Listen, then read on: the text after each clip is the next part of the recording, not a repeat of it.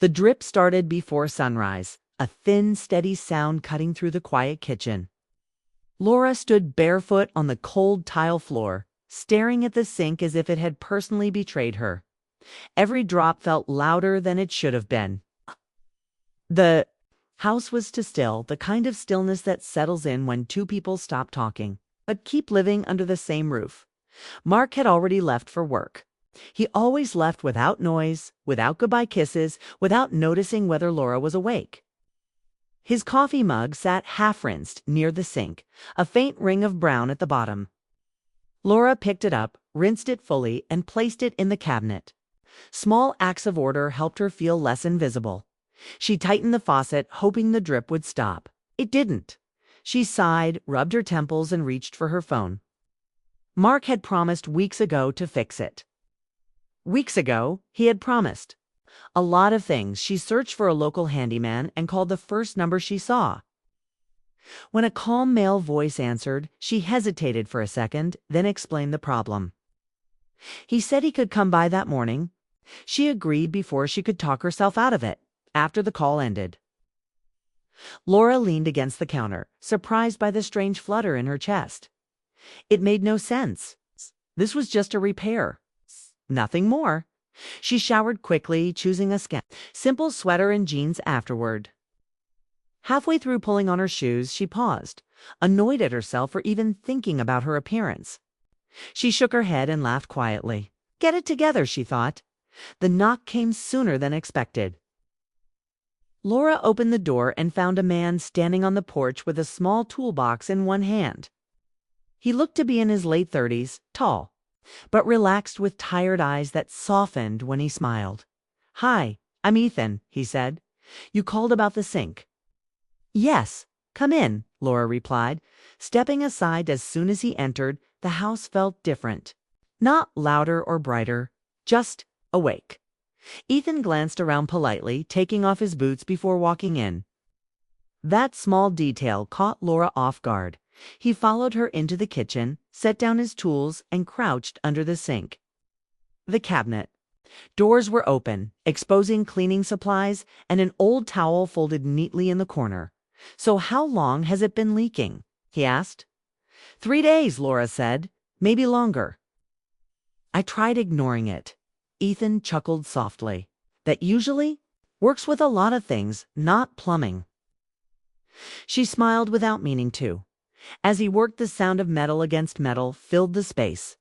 Laura leaned against the counter, unsure where to stand. She told herself to stop watching him, but her eyes kept drifting back. His movements were confident but unhurried, like he wasn't rushing through his life. You live here alone? He asked casually. No, Laura said. My husband lives here too. He's at work. Oh, Ethan replied. There was no judgment in his voice. Just acknowledgement. Long hours. Yes, very. He nodded, as if that explained everything. The drip slowed, then stopped. The sudden silence felt heavy. Ethan stood up, wiping his hands on a rag. Their eyes met, and for a brief moment, neither of them looked away. Laura felt it then. Not desire exactly, something quieter, like being noticed. Ethan cleared his throat. There was a loose washer. Easy fix, thank you, Laura said. I really appreciate it. He smiled again, warm and brief, and bent down to pack his tools. Laura realized she didn't want the moment to end. That realization scared her, as she paid him. Their fingers brushed. It was accidental, harmless, but Laura's breath caught. Ethan seemed to notice too. His smile faded slightly, replaced by something more careful. I should go, he said. Of course, Laura replied too quickly. They walked to the door together. Sunlight spilled across the entryway, highlighting dust in the air. Ordinary. Normal. And yet Laura felt like she was standing at the edge of something she didn't understand. If you need anything else fixed, Ethan said, opening the door, just call. I will, she said. He hesitated, then added, take care, Laura. She hadn't remembered telling him her name. Laura watched from the doorway as he walked down the steps and drove away. Only when his truck disappeared did she close the door. The house felt emptier than before. She went back to the kitchen and turned on the faucet. No drip. Perfect silence. She should have felt relieved. Instead, her chest felt tight. The rest of the day passed slowly. Laura cleaned rooms that didn't need cleaning, folded laundry that was already folded, and checked her phone too often. When Mark came home that evening, he kissed her cheek distractedly and went straight to the shower. "How was your day?" she asked later, setting dinner on the table. "Busy," he said, barely looking up from his phone. "Yours?" "Fine," she replied. The word felt like a lie. That night, Laura lay awake, listening to Mark's steady breathing. Her mind replayed the morning in fragments. Ethan's smile, his calm voice, the way he had listened. She hated herself for thinking about another man. She hated herself more for how good it had felt. The next morning, she woke early again. She made coffee and stood by the sink, staring at her reflection in the window. She looked the same. Nothing had changed. But everything had died around noon. Her phone buzzed with a notification. A text from an unknown number. "This is Ethan. Just checking in to make sure the sink is still working." Laura stared at the screen for a long moment before replying, "Yes, thank you again." 3 dots appeared, disappeared, then appeared. Again. "Glad to hear it. Let me know if you need anything." She set the phone down, her hands shaking slightly. The conversation was innocent, completely normal. Yet her heart raced as if she had done something wrong. Over the next few days, Laura found herself replaying their brief exchange. She noticed how Mark barely spoke to her, how his absence felt louder than his presence. She noticed how often she felt lonely in a full house. One afternoon she heard it dot. Drip, dot, her stomach dropped. She knelt down, checked the pipes, tightened the handle. The drip continued, slow and steady. She could call someone else, she told herself. Any handyman? Anyone, dot. Instead, she picked up her phone and typed Ethan's name. "Hi, the sink is leaking again." The reply came quickly. "I can stop by tomorrow morning." Laura sat back on her heels, staring at the cabinet under the sink. She knew this wasn't just about plumbing anymore that night. She barely slept. When morning came, she cleaned the kitchen more than necessary. She opened windows, let in fresh air, and changed into another simple sweater. Her reflection looked nervous. Alive, dot. The knock at the door came right on time. Ethan stood there again, the same calm smile on his face. This time, Laura didn't hesitate. When she let him in as he knelt under the sink, their conversation was quieter, more careful. They spoke about small things, weather, work, life, but the pauses between words felt heavier. "This pipe is old," Ethan said. "Might need a full replacement eventually." "I see," Laura replied. He stood up, closer than before. Too close. Neither of them moved. "Laura," he said softly, "are you okay?" The question caught her off guard. No one had asked her that in a long time. She swallowed. "I don't know," she admitted. Ethan nodded as if he understood more than she had said. He stepped back, creating space where tension had been. "I should finish up," he said as he worked. Laura watched him, knowing something inside her was shifting. She didn't know where it would lead. She only knew that the drip in her life hadn't started with a sink, and fixing it might cost her more than she was ready to lose. The sink had been quiet for a week.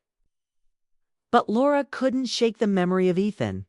She found herself thinking about him at odd moments, pouring coffee, folding laundry, even while driving to the grocery store. His calm voice, the way he listened, the slight warmth in his eyes, it all lingered. She told herself repeatedly that it was nothing, that he was just a handyman. But the truth was, she felt alive in ways she hadn't in years. Mark was as distant as ever. He came home late, spoke less, and seemed to exist in another world. Laura tried to engage him in conversation, tried to bridge the silence, but every attempt was met with distracted nods or short answers. She used to feel safe in their home, but lately it had felt like a museum, quiet, controlled, and cold. One evening, as she rinsed dishes, she noticed a slow drip from the faucet. Her heart sank, though a part of her couldn't deny it was convenient. She picked up her phone and typed Ethan's number almost without thinking. "The sink is leaking again. Can you come by?" She sent. Her thumb hovered over the send button. For a second before confirming. The next morning, she heard a knock and almost ran to the door. Ethan was standing there, the same calm smile, the same easy presence. Laura felt her chest tighten, and she forced herself to breathe slowly. "Hi," she said, letting him in. "Hi, Laura," he replied, glancing at the sink. "Let's see. What's going on?" As he knelt under the cabinet, she hovered nearby, unsure whether to offer help or just watch. She told herself she was being polite, but it was more than that. She wanted to be close. They spoke less than before, letting silence fill the space. But the silence was electric. "This pipe might need replacing soon," Ethan said, pulling a tool from his bag. "It's old." Laura nodded, biting her lip. "I see." He worked, with quiet precision, occasionally glancing up. Every look felt deliberate, measured, charged. Laura felt something she hadn't felt in years, a pull, a magnetism she couldn't resist. It scared her, but it also thrilled her. When Ethan straightened up, their eyes met. It lasted longer than it should have. He said nothing, and neither did she. It wasn't inappropriate, not yet. But the air between them was charged with unspoken words and unacknowledged longing. "I should go," he finally said softly, though he didn't move immediately. Laura's chest tightened. She wanted to say something, anything, but words failed her. "Thank you," she whispered, almost inaudible. Ethan's eyes softened. "Take care, Laura," he said. And finally, he stepped back. She watched him leave, feeling a strange emptiness. The sink was fixed, the leak gone, but something inside her had shifted irreversibly. It wasn't about plumbing anymore. It was about attention, connection, and desire she had suppressed for too long. The days following his visit were torturous. Laura went through routines mechanically, each task reminding her of the calm, steady presence Ethan had brought into her life. She felt guilty thinking about him, but she couldn't stop. Every time Mark was distracted, every time he didn't notice her, the memory of Ethan's attention burned brighter. She realized she was measuring her own life against those brief interactions. And the comparison was unbearable. Her home, her husband, her carefully structured life suddenly felt hollow. Ethan had not crossed any lines, yet he had invaded her thoughts in ways Mark never could. One afternoon, she received a text from Ethan, just checking in. Everything okay with the sink. Her heart skipped. She typed back quickly, "Yes, everything's fine. Thanks." She set the phone down, her hands trembling slightly. The next week, small things changed. Laura started noticing details about Ethan she hadn't before: the way he smiled when a joke landed, the gentle tilt of his head when he listened. She realized she craved those small moments, and it frightened her. She was aware, painfully, that she was sliding into something emotional, something forbidden. One evening, Mark came home unusually late. Laura was in the kitchen, staring at the now perfect sink. When he entered, she tried to engage him, tried to share small anecdotes from her day, but he barely looked up. She forced a smile, put dinner on the table, and ate mechanically. When she went to bed, she stared at the ceiling, thinking about Ethan again, imagining the calm comfort of his presence, the way he made her feel noticed. The following morning, the sink leaked again. Laura groaned but felt a flutter of anticipation. She grabbed her phone and texted Ethan immediately. "The sink is dripping again. Can you come by?" Ethan arrived promptly. Laura opened the door, her chest tight, her palms slightly sweaty. "Hi," she said, letting him in. He nodded, carrying his tools. "Hi, Laura. Let's take a look." This time, their conversation was minimal. The air between them was heavier, filled with tension neither wanted to name. Laura noticed how close he was as he knelt, how natural it felt to be near him. She told herself it was just proximity, but her heartbeat betrayed her. He fixed the pipe quickly, but neither of them moved afterward. They lingered in the silence, aware of each other, aware of the spark that had appeared between them. Laura tried to think about Mark, about loyalty, about promises, but the thought felt hollow. "I should go," Ethan said softly. Finally breaking the tension, Laura nodded, almost reluctantly.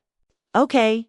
He straightened, glanced at her with an expression she couldn't read, then walked toward the door. She felt a pull to call him back, to ask him to stay, but she didn't. She couldn't when he left. She closed the door slowly and leaned against it, her mind racing. The sink was fixed, the problem solved, but she knew the repair was irrelevant. What mattered was the subtle change, the way her heart had shifted, the way her willpower was fraying. The week that followed was unbearable. Laura found herself crafting excuses to text Ethan just to hear his voice in writing. She realized she was falling, not in a dramatic, cinematic way, but quietly, secretly.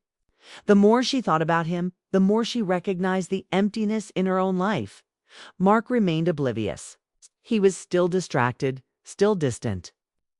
Laura began questioning the marriage quietly, wondering when intimacy had turned into routine, when love had been replaced with cohabitation. She tried to reach for the warmth she once felt, but it was gone, buried beneath years of routine and neglect. One evening, after dinner, she found herself texting Ethan without thinking. "Thank you for coming by today. I appreciate your help. I must." Immediately, his reply came. "Anytime, Laura. I'm glad to help." The simplicity of his words struck her. She realized she hadn't felt that kind of genuine connection in years. Something inside her stirred longing, awareness, temptation. Days later, the sink leaked once more. This time, Laura didn't hesitate. She called Ethan, and he came. When he knelt under the cabinet, she lingered nearby, her body aware of him in a way it hadn't been aware of Mark for years. The air between them was electric, unspoken, charged. "Laura," Ethan said softly, not looking up, "are you okay?" She froze. The question was gentle but loaded. She swallowed and whispered, "I don't know." He glanced at her then carefully, as if he understood what she could not say. He didn't step closer, but neither did he move away. The tension between them was unmistakable. And Laura realized that something had changed irreversibly when Ethan finally left. Laura sat alone in the kitchen, the sink quiet again. The repairs had been done, but her willpower had crumbled quietly, without a dramatic moment or a scandalous gesture. She understood now that her heart had shifted the moment he smiled at her, the moment he listened, the moment he acknowledged her. Mark walked in hours later, completely unaware of the storm raging. Inside his wife. Laura forced a smile and made dinner, but she felt distant, as if part of her had left with Ethan. She knew the path ahead would be complicated, filled with choices and consequences, but she also knew one thing: the quiet drip of her lonely heart had been heard, and it would not be silenced again. The sink was fixed. Ethan had gone. But Laura's world had changed forever, and she had no idea how to stop it. The calm presence of another man had cracked her carefully constructed life, and she felt both terrified and alive. She knew one thing with certainty: the hardest decisions were still ahead. And her heart had already chosen its first steps. The days became longer, the nights quieter, and Laura realized that nothing could go back to the way it had been. The excitement, the longing, the warmth she felt when she thought of Ethan was a force she could not ignore. The sink was repaired, but her life, her emotions, her very self had been left vulnerable, exposed to a temptation she had never anticipated. And as she lay in bed beside Mark that night, staring at the ceiling, Laura understood the truth. Her willpower had been broken, not by grand gestures or scandalous acts, but by moments, small, quiet, almost invisible moments that left her heart aching for attention, for connection, for someone who truly saw her. Ethan had fixed the sink, but he had unknowingly repaired something in her longing that had been ignored for far too long. And now she could not unhear the drip of her own heart.